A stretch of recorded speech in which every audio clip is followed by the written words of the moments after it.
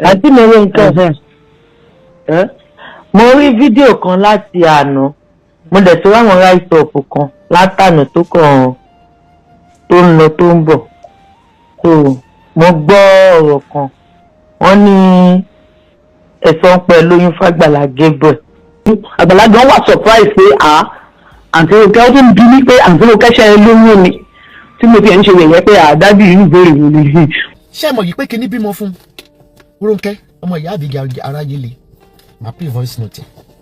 ẹ rí pọ́rọ̀ Agbala Gabriel ó ti dójú ẹ̀ báyìí ẹ rí pé bí ẹnu bí ìjẹta yìí ni fídíò kan náà tún bẹ̀rẹ̀ sí jà rìnrìn tó sọ wípé Rónkẹ́ ọmọ ìyá ìbejì ọmọ aráyé le pé òun náà mà tún bímọ fún Agbala Gabriel o ṣùgbọ́n báyìí o Rónkẹ́ ọmọ ìyá ìbejì ọmọ aráyé le òun náà ti jáde ó ti wá ṣàlàyé tẹnu rẹ̀ o ṣùgbọ́n kó tó di pé mo máa play fídíò Rónkẹ́ tó ti jáde tó ti sọ̀rọ̀ ẹ kọ́kọ́ gbọ́ fídíò tí àwọn èèyàn fi ń sọ wípé Rónkẹ́ pé ó bímọ fún Agbala Gabriel tẹ́ bá ti wá wo fídíò ọ̀hún tán lẹ́yìn ẹ̀ wá gbọ́ gbogbo nǹkan tí Rónkẹ́ tó fi fèsì ọ̀rọ̀ Rónkẹ́ náà ni mo kọ́kọ́ play níbẹ̀rẹ̀ fídíò yìí yẹn ẹ̀ wá gbọ́ parí ẹ̀ níbi tí Rónkẹ́ tó parí ọ̀rọ̀ títí ẹ̀ sí ẹ má gbàgbé ẹ bá mi wò sàlẹ̀ níbi tí wọ́n kọ subscribe sí ẹ kílìkì lé subscribe button yẹn ọwọ́ yín tẹ̀ fi ń bá wa tẹ subscribe ní orúkọ Jésù ẹ ò ní fi gbọ́ ọmọ sí o. mo rí gbogbo ẹ̀yin tẹ́ sẹ́ndì Agbala Gabriel sí mi o mo fẹ́ kẹ́ ẹ dàtọwọ́ yín lẹ́ẹ̀tàn ni o mo fẹ́ kẹ́ ẹ dàtọwọ́ yín lẹ́ẹ̀tàn náà pé ọ̀rọ̀ Agbala Gabriel ní tí mo ti predict tẹ́lẹ̀ ni there's nothing new but I might just answer briefly tí mo kàn máa sọ nípa there's nothing new wọ́n sì ti sí owó mi ń bẹ̀ àbí yóò ti sí owó mi ń bẹ̀ ẹni tí ilẹ̀ bá dẹ̀ mọ́ ni bàrà o it's not because wọ́n bá bẹ̀bẹ̀ no voice note kan tiẹ̀ wà bí ìgbà tí mo fẹ́ bèèrè lọ́wọ́ Agbala Gabriel tí bá ní kí n dá sọ̀rọ̀ Agbala Gabriel wọ́n máa admit ẹ̀ hospital ṣùgbọ́n wọ́n máa admit ẹ̀ hospital torí ọ̀rọ̀ pọ̀ ńlẹ̀gàn especially nípa new tactics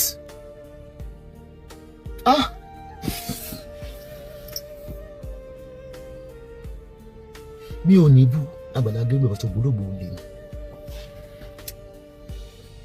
ní ṣé èèyàn lọ́n pé ó lè ní let me play that voice note for you ìkan náà ni ewé ló sẹ́ndẹ̀ sí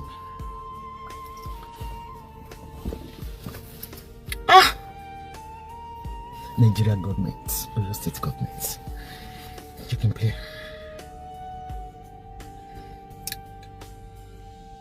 though ìyálájẹ you came late mi ì mọ ọdún títí ìgbà títí mi ì mọ ọdún tí a jẹ́ pé tí máa ṣe make up ó dẹ̀ pé tó máa ṣe ìrìn tìde jẹ́ n sáré fàṣìgbà ẹyọ kan kí n tó wọlé mi ì mọ ọdún títí mú ìdí ìyẹn ṣẹlẹ̀ you could have come out since but at the same time tó bá tún jáde ńgbà yẹn mo tún rò wò pé tí ìyálájẹ bá tún jáde ẹnu ayé wọn ló fẹ́ bá tiẹ̀ jẹ́ ni ìtẹ́ máa sọ nìyẹn. That is why when majority speaks, but ọ̀pọ̀lọpọ̀ yẹn bá sọ̀rọ̀, that is where we pay point. Yeah, just go inside. I'm coming now. Just let me finish this cigarette. Ọmọ ọjọ́ ìdúrà mi gbé ṣe kìnnìún. Okay, no problem. Your pee mommy. Just 2 minutes. I be here there now. Tí ìyálájẹ bá jáde ní àsìkò yẹn, tí ó bá yẹ pé àwọn security ṣé mọ̀ yìí pé kíní bímọ fún Rónkẹ́ ọmọ ìyá àbígí aráyé le. My play voice note. Though some people are making a reference to the Bible, David, Jacob, no, was a church, no. There's nothing like a church. It's only a synagogue. You think a cartoon church in the Bible? Nothing like church. Yes, you nígbà tó ṣe pàdé wọn ní synagogue. Bible center ló wà nínú Bible. We cannot be okay. Muideen case was 2024. Nǹkan ti bàgẹ́ ó yẹ kí Alájẹ irú bó ṣe gbà wọn pẹ̀lú Jerusalem yẹn Alájẹ ti jẹ́ ti yẹ kó jáde tipẹ́. Let's say tí Alájẹ kó tó dúpọ̀ jáde ó sọ gbogbo story yẹn fún mi ká ló ti jẹ́ kí n gbọ́ àwọn èèyàn ní bọ́ sọ̀rọ̀ Gabriel. Ṣàdẹ̀rí Gabriel, let me tell you something. As they continue to support you, let me tell you how Facebook rules. Then they come back jáde fún mi ní ìsìn. They will have thousands of people watching. Mo fún ẹ lóṣù mẹ́ta ọ̀nà ìyẹn kankan mọ́. That is social media. Some people might watch one bẹ́ẹ̀ lọ. But my God is a man of God. You want wàdíkò ní rí wọn mọ́tò báyà. 2024. Mi ò lè blame Iyalaje wípé ó support Muyideen because ẹ̀yin náà support Muyideen. Bílí ayé ṣe rí nìyẹn.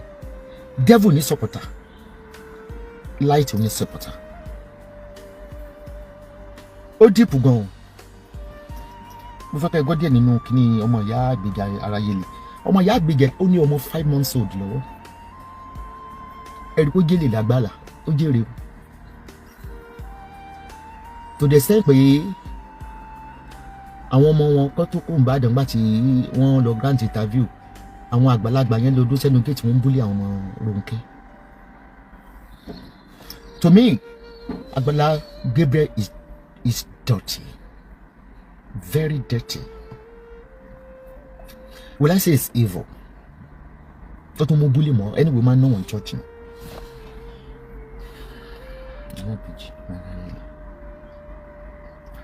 Mo ní bolo ti romo. Ìbínú Àgbàlá lè gbé 5 months ago. Ó ní baby. Jókòó tade. Ó ní that Gebu. Ẹ má fi Sherry Gebu. We can't compare him to the prophet or whatever in the Bible. Wọ́n fẹ́ wọn ni. Àwọn àlè wọn máa ń fẹ́ wọn ni. Wọ́n ní eléyìí níyàwó tó pọ̀, òun níyàwó tó pọ̀. Gebu ń ba yá àwọn eléyìí jẹ́ ni, use and abandon. Used and abandon. Ó ń ba yé wọn jẹ́ ni. I will come fully to narrate it for you. Ó dà pọ̀ náà. I'm go there, man. I'll play. She Bluetooth. Jump to your Bluetooth.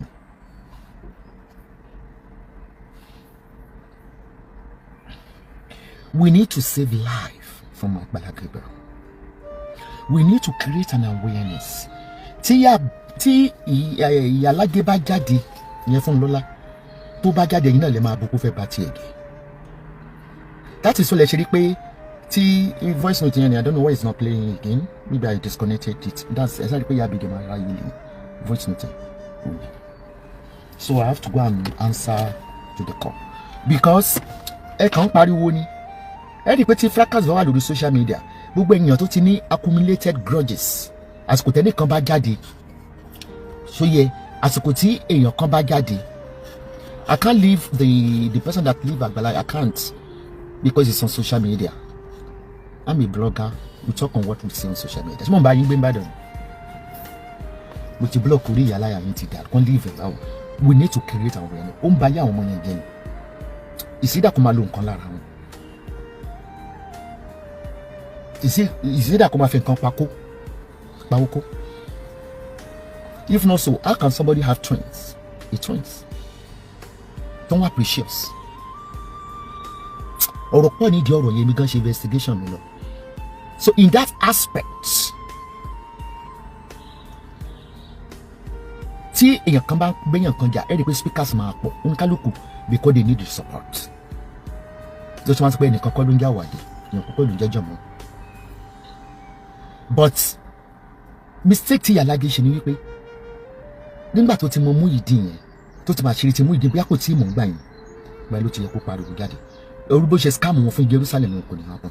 The guy is just gullible. Kò lè dá church ilé nílùú ìbò wọn ti close it up. Wọ́n ti file tax fún. It's not the way the pastors in the Bible. Eriki Dáfídì àbáwọn prophet kìíní kọ́ máa lẹ̀mí kọ́ máa bí rèé tí gẹ̀wèrè actress yẹn lọ ṣe náà láwọn àwọn ṣe exhortation. Àjẹ́ náà ló máa ń dájẹ́ mọ́. So kéèsì ẹ̀pọ̀ gan-an, I will come and play the voice note tèmi náà gbà. It's so pathetic. It's so pathetic. The government cannot do anything. It's so pathetic. It's so pathetic. We'll get up in a virgin. It's so pathetic. You are using them diabolically. Ọ̀rẹ́ dàbí olórin kan tá a mọ̀ ní bí àwọn olórin. Wọ́n á bá obìnrin sùn. Wọ́n á mú àwọn wọ́n á bóbìnrin kan sùn. Henceforth gbogbo obìnrin tó bá ti ń gorí wọn báyìí á sì kí ìmọ̀ àmọ́ gbogbo ọkùnrin bá ti ń gorí wọn á sì kí. Sórí no. Agbala Gabriel deceived the public on a ibeji ọmọ aráyé. And we watched her where ibeji had an interview. She stood up without a support. She only has a mild stroke. Mild stroke. So she's able to act to continue her job as an actress. That's Ada Mili. I'm going to play the show on Sunday. Who's deceiving who here? Meanwhile, when you are brought, whenever Agbala Gabriel brings you out, which man she why? Why are you acting for us? It's a scam. Yeah, baby. I saw the video and downloaded it. Oluliri, you stood up without a support. That's it. I'm not saying no only stroke. Stroke only level. You only have a my stroke. I believe laziness the way I begin about them. Don't want to see shop want to do freezer koko ma ta jale ko ton gba le fun. Do kon fe kon kole. Eni le ku meji. O wa po fun. So lo bon yo test mi pa.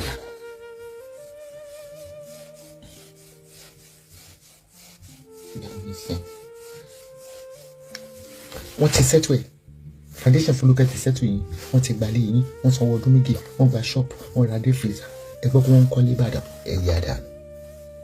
That's why I'm in support of Fuluke. Àwọn èèyàn sọ pé mo dájú no, I'm being factual.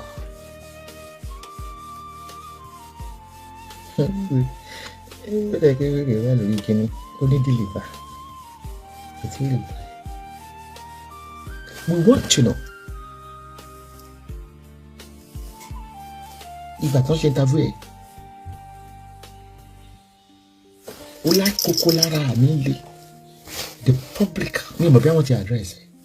That is why when Esabo talks, because I'm a veteran blogger with a website, I reach people. Always slow, and I will bring your old video.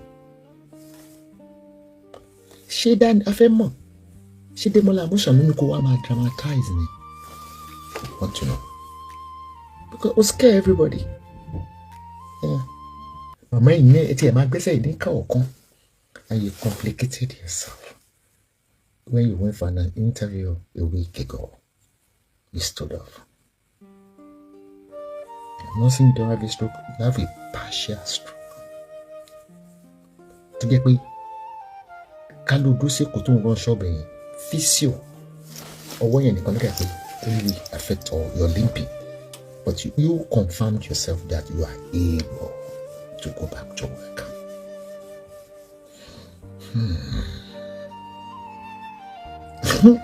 Childhood friend, you know what to buy again. Yeah, what da.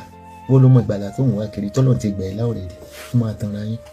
That is why me can be a pastor, because nobody is forcing you. Mo maga ni e ma so maga. You can play a voice note. You can send this. E ma so maga ma fi kun. Igba lo si lodo en kankan ko wa yin nígbà yẹn. Èmi gan ló yẹ kí mo sá lọ ṣọ́ọ̀ṣì. Pé wọ́n ṣe pé fún mi o, wọ́n lo ṣì gidi o, wọ́n gbà wọ́n sínú pósí o. Ní ìrántí gbàdúrà kan. Torí pé Bíbélì nípa ó fi fún ọ gẹ́gẹ́ bí iṣẹ́ ọwọ́ rẹ̀. Ọlọ́run ò ní gbé. God is there. You watch Jesus. He gave it to us according to you. Ayé máa pẹ̀lú èèyàn burúkú náà. Kí ló respect? Èèyàn tí ò jáde gan wá mú lájẹ̀ ládùúgbò. Èèyàn tí kì í parọ́ wá ló kó pa ọ́. kí ló tán fi dá Bárábà sílẹ̀ nǹkan Jésù máa ń gbélé so anybody can say anything about me. I don't have any relationship with you. My relationship is with only one person, Jehovah Jireh. Send me to rule the world. I don't care. Okay. Ma analyze it just Sunday. I just want you to hear. Hold on. Analyze it Sunday.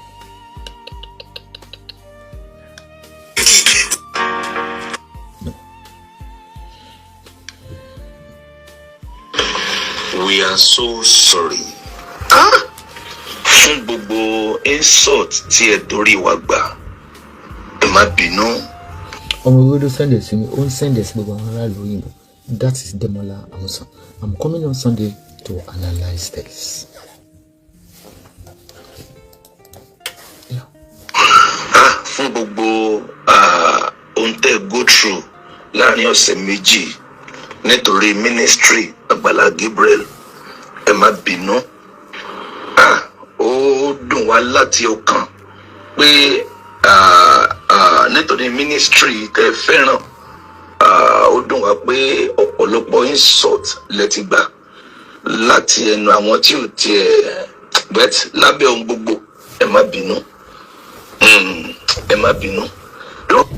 Demola, I warned you when they begged on your behalf, when you were on the conference call. Monema da any kakali. Stop directly or indirectly insult bloggers. O tún ṣe orin fún wọn, wàá jìyà. Ohun tó sọ, ó mọ ìgbéraga ní kò jẹ́ kó mọ̀ ipò ti ṣe àwọn gúúpù lórí ìbò tó ṣe. O ní ìsọ̀tàn gbà nítorí ministry àbí nítorí ìtìẹ̀, Ministry of Education àbí Ministry of Works. Nǹkan báyìí kò lè ṣaláì má wáyé, kò possible kó má wáyé, kò ṣeé ṣe kó má wáyé. Kò ṣeé ṣe. Ó ní Bíbélì bí sọ pé àwọn tó bá forí tì dópin nìkan la ó gbàlà. Kò ṣeé ṣe kó má wáyé. Wọ́n ṣe jù bẹ́ẹ̀ lọ sáwọn bàbá wa, wọ́n ṣe jù bẹ́ẹ̀ lọ sí Jésù. Ó pọ̀ tó bá di Sunday àmọ́ analyze. Táwọn bàbá yín.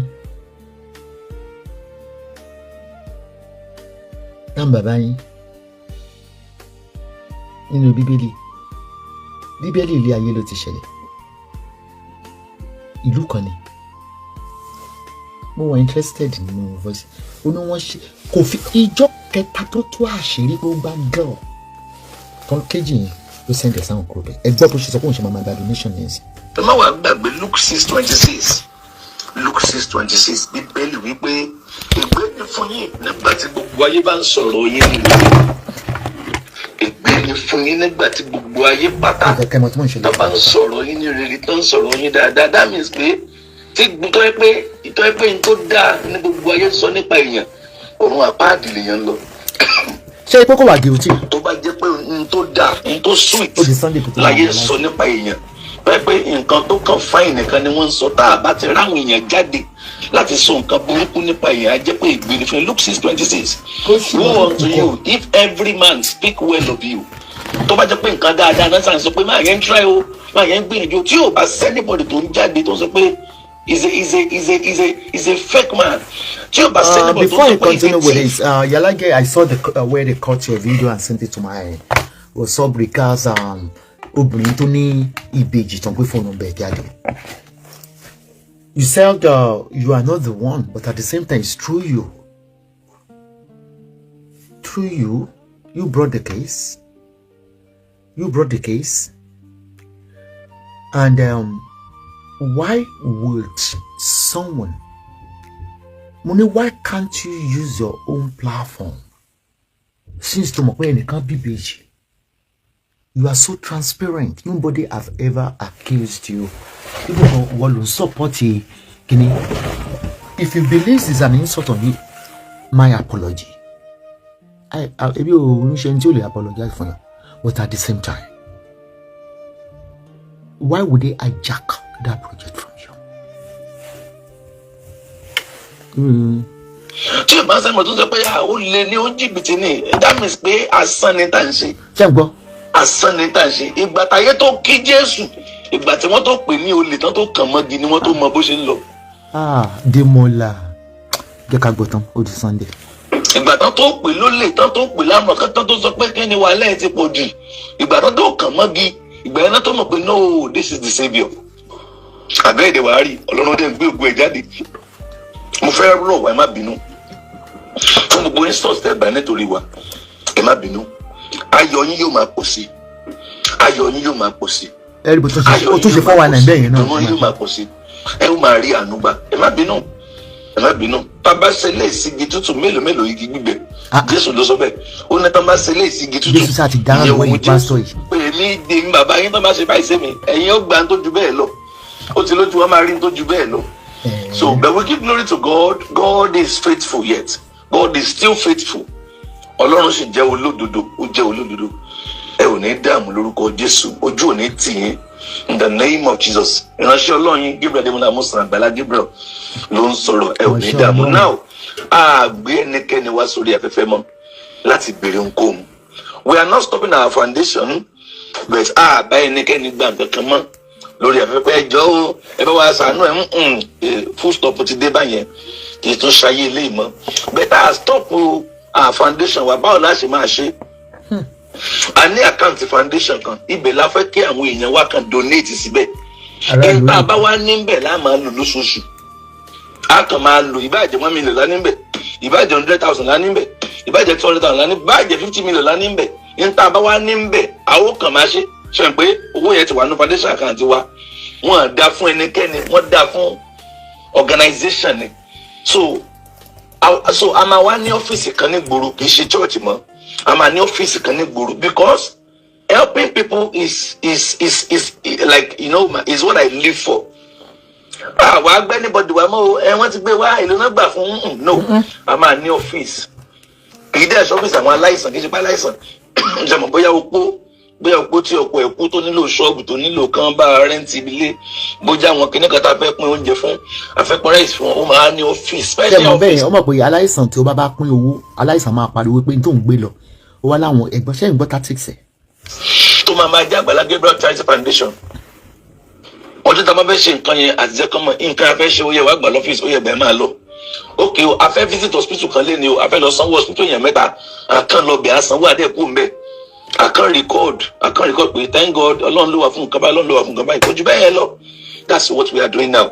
Account foundation yẹn ni mo fẹ́ rọ̀ wá kájọ nípa orí ọ̀fẹ́ Jésù bọ́ọ̀lù máa ṣe fún wa ká gbọ̀nwọ́ sínú ẹ̀. Ká ní owó díẹ̀ nílẹ̀ nínú foundation account. A máa lò ó. Àgbẹ̀ níbodè jáde. So yẹn ò wà accountable kò wà public. A máa lò ó. A ti mọ̀ pé lóṣù níta nílẹ̀ lélẹ̀.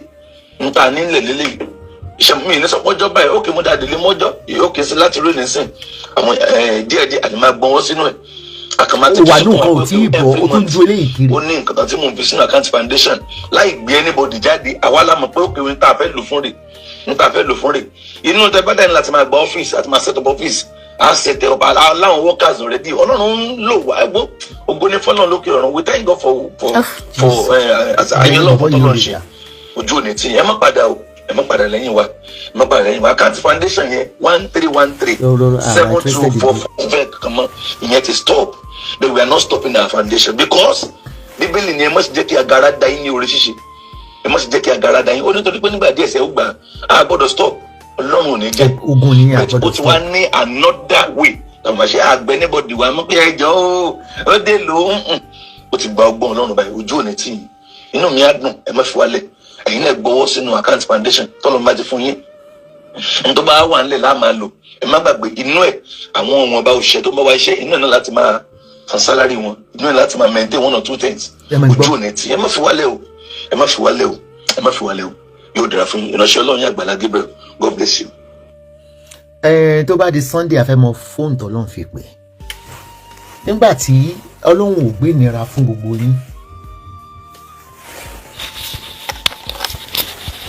Ọlọ́run ò gbé ìnira fún yín. Wọ́n ti mórúkọ yín lọ lé babaláwo for sure. Ẹ dáwó kú ni. Ó ní àní ṣe àwọn aláìsàn mọ́. Pé aláìsàn tí ó bá rógbà á tún pariwo pé Àgbàlá mú kọ́kọ́ lọ. ó láwọn ó pọ̀ àwọn wà máa lọ sí hospital ó lẹ́ẹ̀ gbọ́dọ̀ dúró language yẹn kan fẹ́ràn pé ẹ gbọ́dọ̀ dúró níta bá wí fún olúgbò òun sọ. childhood friend mi wọn bá dẹ mo dúpẹ́ mọ́dàwọ́ àti dáwọ́ dúró bó ṣe lọ ṣe ìṣìnà sí Bàṣáò lọ́dọ̀ àwọn justice for Mohbad náà ni Ọlọ́run ló kọ́ àgbàlagbà sí ní àti dọ́jọ́ kínní owó tá a bá ní ìṣó yẹ ká máa fi lọ́lídé o Irish passport àbẹ́ẹ̀rí ẹ̀rọ Ọlọ́run bí ó ní tọ́wọ̀n bá pa ó ní wọ́n parọ́ mọ́ Jésù ògbólógbò lè ní bàbá yìí ògbólógbò lè.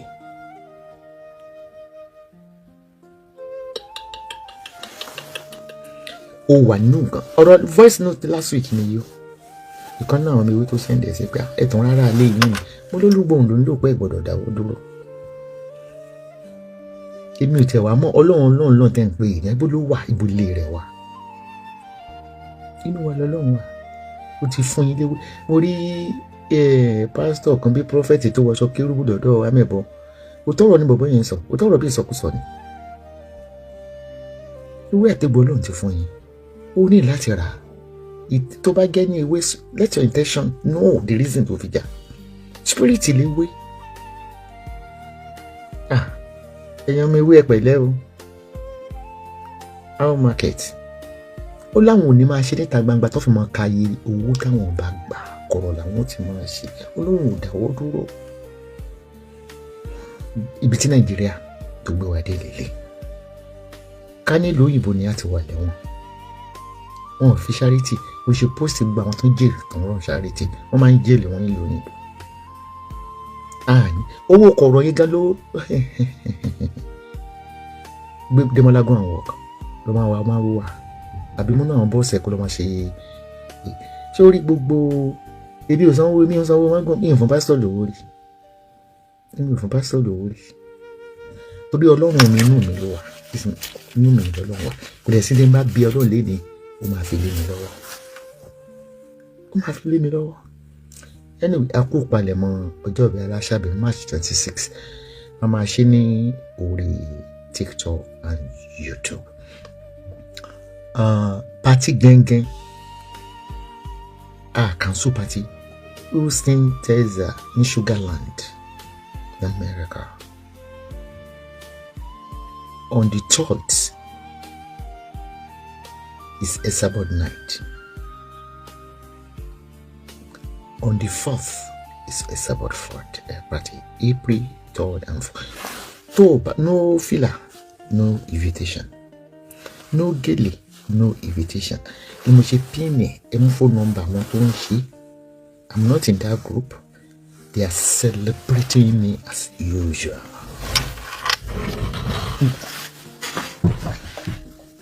They know why they are celebrating me. Nígbà tí ìyàwó president wa Rẹ̀mí Tinubu tó ṣe bẹ́ẹ̀ dé ó béèrè fún donation. Àwọn ọmọ rẹ̀ lè celebrate why would they máa gbé mi jáde a máa lọ jẹun àṣẹ wípé ìyá ọlọ́mọ púpọ̀ ní mí but ibi tẹ́yìn bá ti celebrate ìyá yẹn ẹ̀gẹ́ àrí ibi tí wọ́n ti celebrate mi nílùú mi ní Dublin bí ẹ jẹ́ kárí ti yẹn náà.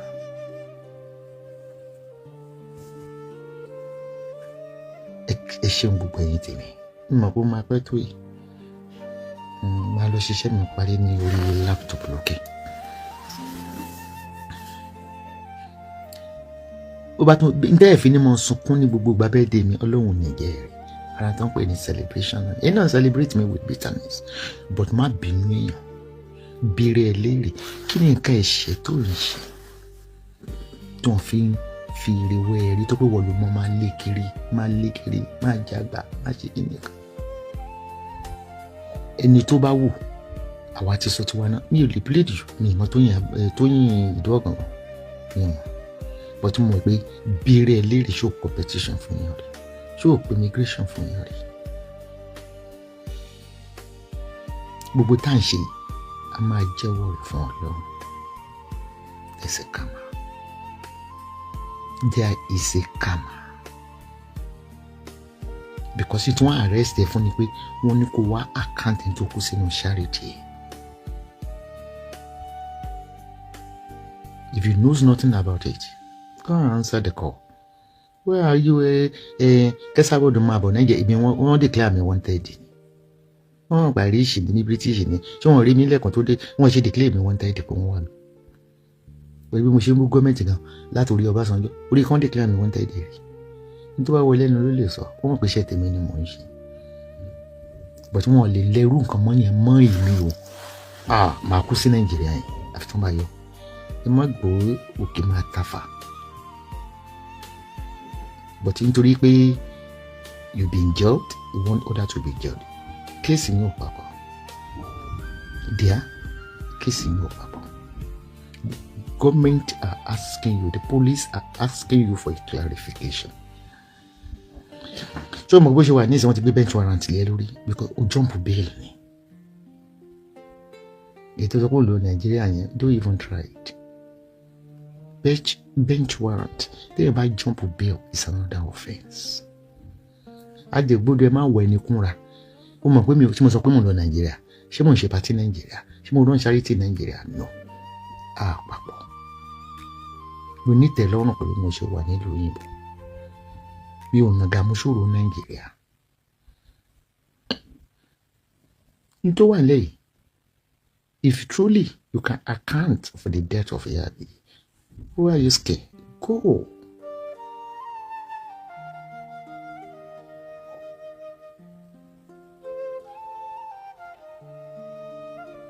Ṣé US wá jẹ́ ìlú tó ti ń ṣe London wọn pé US ó fi wọ́n lé wọ́n ṣeré bó ṣe wọ́n sunkún ti Dublin náà ṣe bẹ́ẹ̀ mo sọ fún yín tán pòrò táwọn ọlọ́pàá dẹ́dọ̀dẹ́ ọlọ́run ààrẹ sọ̀rọ̀ ọlọ́pàá mo ṣiṣẹ́ fún mi nípa tí ojoojúmọ́ wọ́n tún máa sun ti next year bí mo ti máa ń ṣe cyber party tí n ti mi ṣe bírí party bó ṣe máa ń sunkún ni wọ́n mọ̀ pé kí ni agbára tó bẹ̀rẹ̀ ń lò tí ò lọlẹ̀ for over 10 years ní ilé lọlẹ̀ inú lọ́lọ́run wò don't judge me if you don't want to be judged leave my judgment for God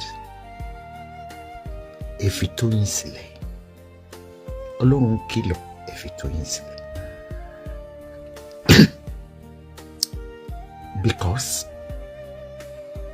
ọlọ́run á bẹ́ẹ̀ pé ṣe òṣèré competition gravity calamity yẹn máa tó ti tọ́ yẹn. Wá wí kẹ́ heed to the voice of God. Ìṣẹ̀lẹ̀ fẹ́ràn ẹ̀ lẹ́wọ̀n ìwọ náà fẹ́ràn ìwọ náà wọ́n deport to immigration fún òpó social worker wọ́n gbọmọ lọ́mọ wọ́n gbọmọ Burkina tó pé immigration fún Burkina online kò ní pépà kó dàbí tó ti ń ṣiṣẹ́ ó track ẹ̀ wọ́n lè kó níbi iṣẹ́. Òǹbù mi ò ṣépè fọmọ mi èdè YouTube ẹ egbére YouTube ẹ owó YouTube mi bẹ̀rẹ̀ sí strike wà gbélébọ̀ kò ní ṣe pé ó rò pé gbogbo tí tó ṣe ní years ago ni. Ẹni bá fẹ́ bọ́ lọ́rùn jàríjà ọlọ́run kò affect channel mi o let me show you my channel kò affect channel mi ìwọ ni wọ́n kàn pause ẹ̀ ni. And they give me it me sure they give me 70 days to appeal. Ó rò pé ayé àti YouTube ayé àtijọ́ tó máa ń gbé lọ ni wọ́n ló máa dùn jù lórí onídìí owó lórí mi ò lówó ẹjọ́ wọ́n ló máa dùn jù. Ó wá ní ṣé tí tó yìn ṣe tó ń accuse ibi téèyàn ti ń jẹ tán ti mu ó ti ń lọ ń bá bẹ̀ jẹ́ ọmọ ti Facebook ó gbowó bẹ̀ ó bàjẹ́ mi ò sunkún YouTube is no go area. Torí ẹni tí ò jẹ́ yóò san lórí YouTube ó ní kò affect YouTube ni ó ní nítorí ṣe ni wípé sorry ó ní the video cannot be irọ́ ó ti ẹ̀kọ́ lélẹ̀ wọ́n ti release ilé nítorí orin lélẹ̀ bẹ́rù bá mọ́nú orin ó ti rí sọ́ọ̀tì kò affect YouTube mi ìtòrí ẹ̀ pé tí mo ṣe ń bẹ̀ ní confirmation ó affect mi ẹ̀gbá point wà rí ibi tó ti sọ fún mi wípé ó dẹ̀ pọ̀ wà rí pé ti fídíò máa méjì ní ìfún táìtù ó ní kò follow community ó remove ẹ̀ ṣóyè mo review ẹ̀ ó restore padà and this particular video tó ń sọ gan ṣé kí n fi hàn lórí fóònù ó dẹ̀ ṣe ń lórí Facebook. I'm going to reload it. ṣé mi ṣe pé fọmọ rẹ ni mo ń béèrè pé ta ni bàbá bébí ìṣèwádìí mo náà máa ń pè pé wọn ṣe kíní kẹ èmi náà dẹ́ béèrè pé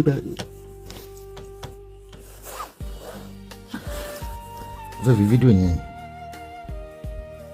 ibi òun ti máa lòdù fídíò báyẹn mi ní ìdílé tẹ kó nínú archive. Share the video. I hope it's on this phone. Surely this is the video for report. I will reload it. You are not smart.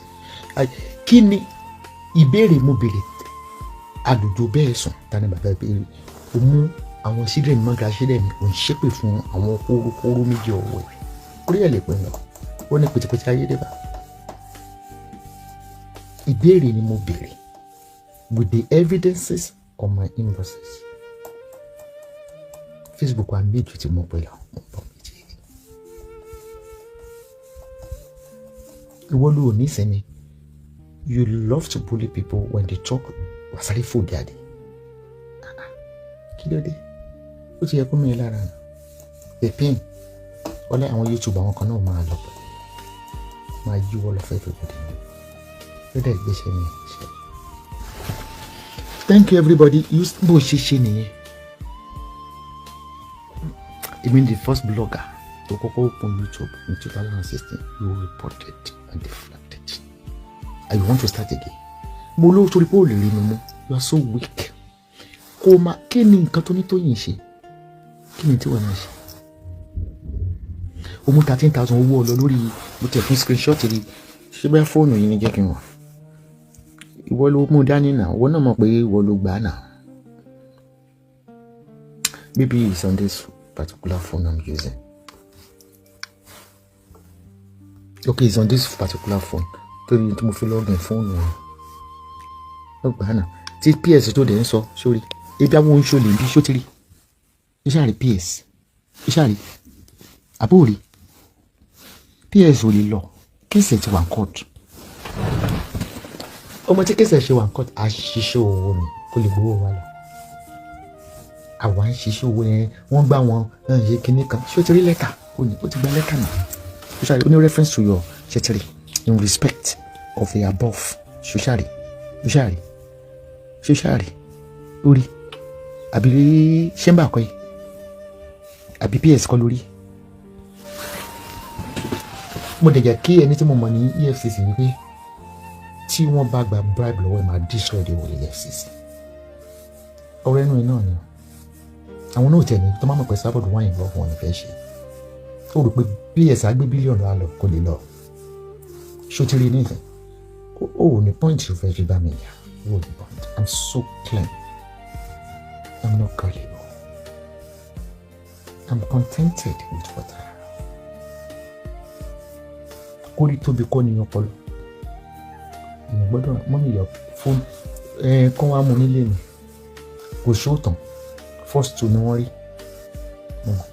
Kò ṣe dàrí bí ẹ̀kẹ́ fún mi. Kó wá mú nílé mi. Ìbátan gí fóònù mi ní kóòtù. Ìjọ́ tẹ̀tẹ̀ wàhálà tàbí ní kóòtù ẹ̀ gí fóònù mi. Ẹ rí ẹni ìpìlẹ̀ tí ó ti yẹ kẹ́ ẹ̀dá sórí gbá. Èmi òun báyàn àbí nínú kíní mẹ́mọ̀ ẹ̀ tí mo fílẹ̀ tó ní mò ń fa ṣàṣẹ tó kọjú ẹ̀ oníwèé mi scroll fast láì ṣe lè sí mélòó lè ra gbogbo ní pátápátá mo bò ní ètò kankan. Ìgbà tẹ́ bá ń sunkún kọ́lé mi máa ń sunkún ìgbà tẹ́ bá ti weak tètè dàtọ̀ wọ nílẹ̀ kan máa ṣẹ̀ṣẹ̀ bẹ̀rẹ̀ ogun pẹ̀lú ìrìn yìí fún ọkọ mi ò fà tó máa flex ara ṣe lè yọ ọ̀nà láì gbogbo yín pátápátá mo wá yín lẹ́yìn. Èyí tẹ́ ẹ̀ tó nǹkan gẹ̀lẹ́tẹ̀ pẹ̀lú bẹ́ẹ̀ ṣe ń gba mílíọ̀nù wọn ò lè gbóòdù lára yín. Irú àwọn pé tí ìdílé ó ṣàríwọ́ máa ṣe ó lè dá mọ́ bẹ́ẹ̀ pé ìyẹn pé gọ́ọ̀gbọ̀n ó rí ọmọ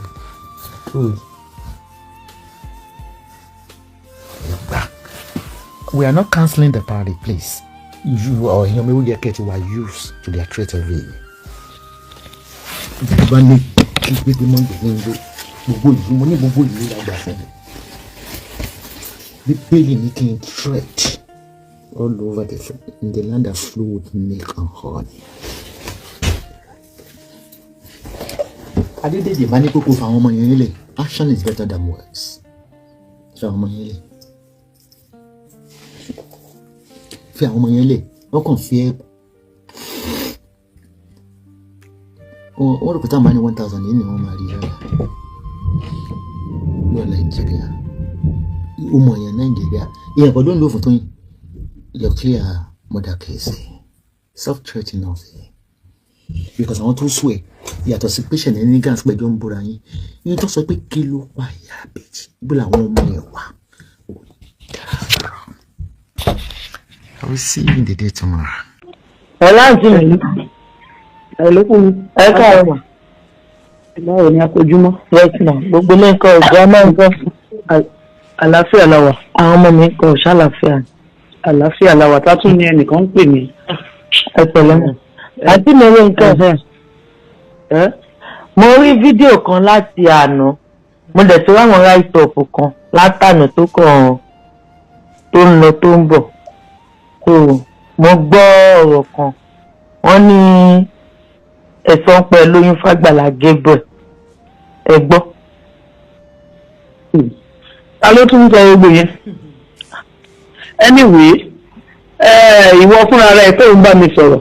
Thank God pé ẹ̀jẹ̀ mi ní ẹ́, ó súnmọ́ mi, ó dẹ̀ mọ̀ mí, ó mọ̀ bàbá ọmọ mi. So mi ò dẹ̀ gbé nìbàdàn, èmi àtàgbàlá a ti ṣodidi ọdún kan àti nǹkan kan tá a fojú kan ra wa. Tó yẹ pé gbàtàgbàlá máa rí mi nínú oyún, eyín mi tẹ̀sí nígbà tó yàwó ẹ̀ bímọ tí mo lọ kí fún ewu ọmọ làgbàlá rí mi pẹ̀lú oyún. Àgbàlá gan wà surprise pé àǹtí Rónkẹ́ ó tún bí mi pé àǹtí Rónkẹ́ ṣe lóyún ni. Tí mo ti ẹ̀ ń ṣe yẹ̀yẹ́ pé àdábì irú ìbéèrè mo lóyún ni. Sọ fún mi pé ẹ fẹ́ bímọ sí i àti ẹ̀ ń rẹ́rìn pé sọ fún yín àwọn àgbà permission pé mo fẹ́ lóyún ní nǹkan kan. So Àgbàlá ẹni bá sọ orú ẹ̀ pé mo sọ orú ẹ̀ pé nǹkan ń tàn bọ́ ta kó wá sọ̀gbà fún mo sọ bẹ́ẹ̀. Torí mo àwọn olùṣe máa lóyún Àgbàlá. Èkó ni mò ń gbé. Èkó ni bàbá àwọn ọmọ mi wà. Akígbadé bàbá àwọn ọmọ mi. Èkó ṣáà ló wà. Èkó ni mo dẹ̀ ń gbé Èkó láti ríra Èkó ni mo ti lóyún ọmọ mi. Táwọn èèyàn tó ń pè mí náà rí fídíò àti write-up yẹn tó kàn fly up and down. Wọ́n ní ẹgbọ́n mi ní Rónkẹ́ ọmọ ìyá àbèjì ọmọ aráyélé. Mo mọ̀ wọ́n, mo mọ̀ ọkọ wọn. Báwo ló ṣe máa lóyún fún Agbala Gabriel? Mo ní ìjọba mi náà máa ń lọ síbẹ̀. Nípa ìmọ̀ye ìgbà mi fẹ́ pa lè kọjá wájú ilé Agbala Gabriel yẹn. Mo ti rí wọn rí ní gbogbo bíbẹ̀ yẹn gan. Ẹ máa fẹ́ pé ìgbà mi òdúdó oṣù méjì. Mo ní mo ṣe di ọdún kan àti nǹkan kan tí mi ìfojú kan Àgbàlá rárá. Tí ò bá gbẹ́gbà tó bímọ látó ríra. Táwọn bá dẹ̀ ríra ọmọ respect pé ẹ̀yìn àmì òróró máa kúnlẹ̀ àdájì àwọn náà kí ni àǹtí Rónkẹ́ ẹ̀rọra. So bóyá àwọn ọgbẹ́ ṣe rí níjọ́ yẹn àwọn gan wà surprise àǹtí Rónkẹ́ ṣe lóyún ni. Mo bá ń rẹ́rìí pé dájì ẹ̀rí kùn tó yọ̀bá yẹn tó ń béèrè pé ṣé mo lóyún ni. Ṣé ó lágbára àwọn èèyàn fọ́ ni o. Rántí ìgbà tí Taofeek Abisogun tọ́wọ́ bá yàgbé ìjọba ayé lè ṣe swing play tá a fi wá. Káfíńdé nígbà yẹn ó ti di 2 days náà la fi dúró de máa yẹn tá a fi rí. Pé oníkálukú náà kàn wá kí platform òun kó lè kí followers lè pọ̀ ni.